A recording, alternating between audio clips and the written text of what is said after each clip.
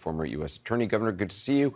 So CNN just reported that a plumber, a maid, a chauffeur, and a woodworker are among Mar-a-Lago staffers and contract workers who federal prosecutors may call to testify against former President Trump and his two co-defendants at the classified documents trial. Does that indicate anything to you about the depth of the prosecution's case? The breadth and the depth of the prosecution's case, Anderson. As you know, I did this for 7 years as the U.S. Attorney in the fifth largest office in the country. We did over 130 political corruption cases without a defeat.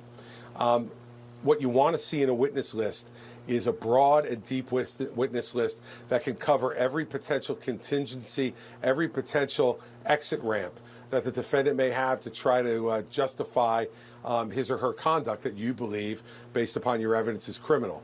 And so I think what you're seeing is just how thorough Jack Smith's investigation has been, and that there's no one who has seen or heard anything at Mar-a-Lago regarding these documents who is going to be immune from testifying if they believe they have relevant information.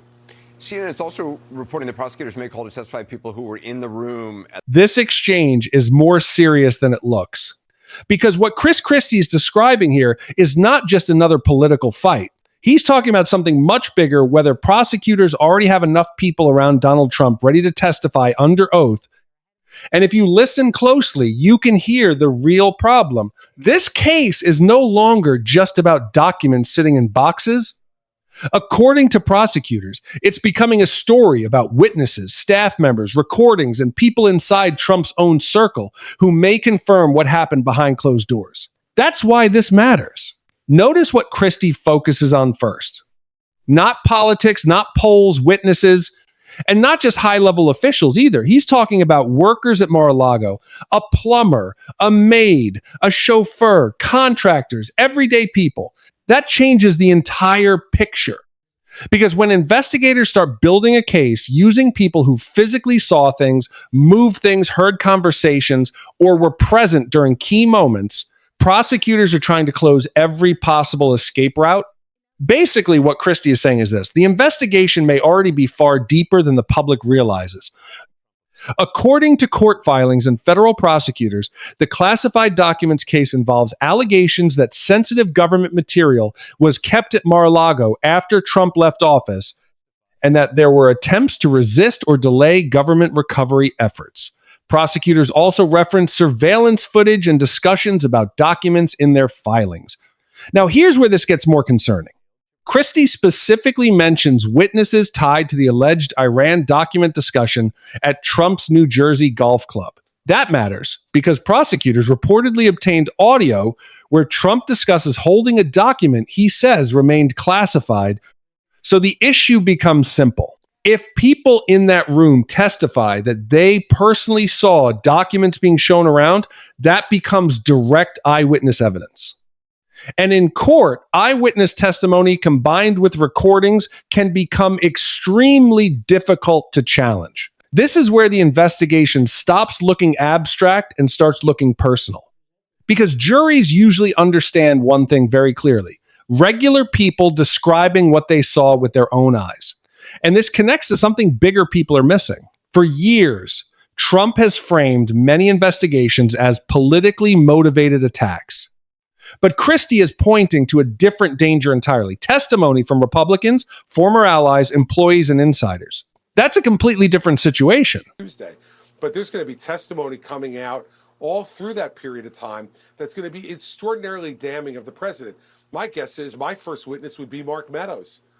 You know, not some rogue Democrat prosecutor, not some product of the two-tiered system of justice that Donald Trump talks about, but a founder of the Freedom Caucus from North Carolina who served as his final chief of staff, has immunity. And Anderson, he's going to be sitting 20 feet from Donald Trump in the federal courthouse in Washington, D.C., and telling a jury under oath that Donald Trump committed crimes right before his eyes to try to overturn the 2020 election. That is determining type of evidence. And I believe, and I've said this, the walls are closing in. He will be convicted, and you will see people change their votes and run from him in droves, not only when the conviction happens, but as that evidence begins to develop and people hear it from folks like Mark Meadows under oath. He didn't show up to the debate last night, but in a new interview with Univision, the former president reiterated his willingness to use the Department of Justice to go after his political opponents if he wins back the White House, saying, and I quote, "If I happen to be president and I see somebody who's doing well and beating me very badly, I say go down and indict them," end quote. That's according to a transcript released by Univision. It's unclear to me who he thinks he'd be running against if he wins another presidential term, since he'd obviously be constitutionally barred from being elected a third time. Nevertheless, do you have any doubt that that's what a second term of a Trump administration would be, a retribution?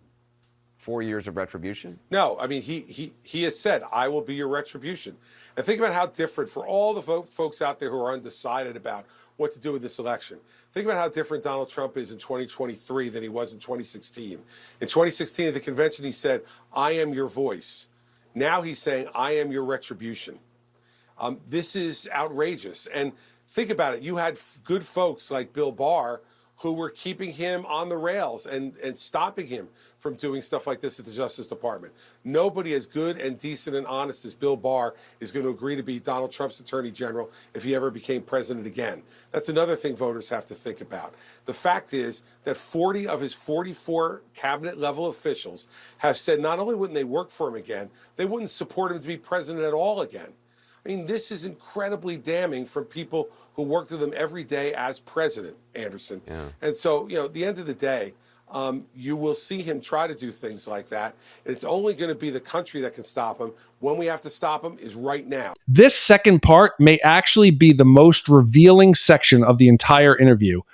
Because Christie isn't just talking about legal risk anymore. He's talking about political consequences if witnesses start speaking publicly under oath during an election year. Pay attention to what he says about Mark Meadows. That's not some outside critic. That was Trump's own chief of staff. And this is where accountability becomes a real issue. If former insiders testify against a former president, voters are no longer choosing between media narratives. They're hearing firsthand accounts from people who work directly inside the administration. That changes public trust very quickly. And then the conversation moves into something even broader, the idea of retribution.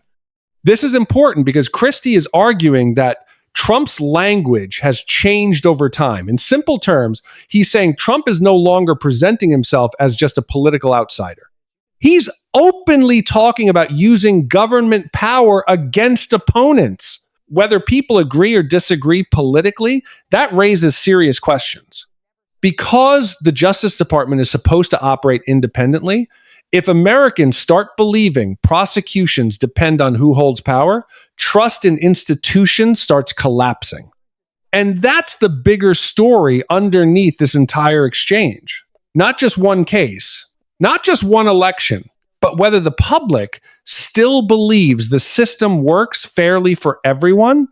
If a former president faces criminal charges, the evidence has to be strong. If prosecutors are wrong, that matters. But if the evidence is real and people ignore it because of politics, that matters too. That's the tension the country is dealing with right now. And as more witnesses, recordings, and court testimony emerge, this story may become less about campaign messaging and more about what can actually be proven under oath. Because in the end, courts operate on evidence, not rallies, not slogans, and not social media posts. And the closer these cases move toward testimony from people inside Trump's own orbit, the more serious the situation becomes. Let me know what you think.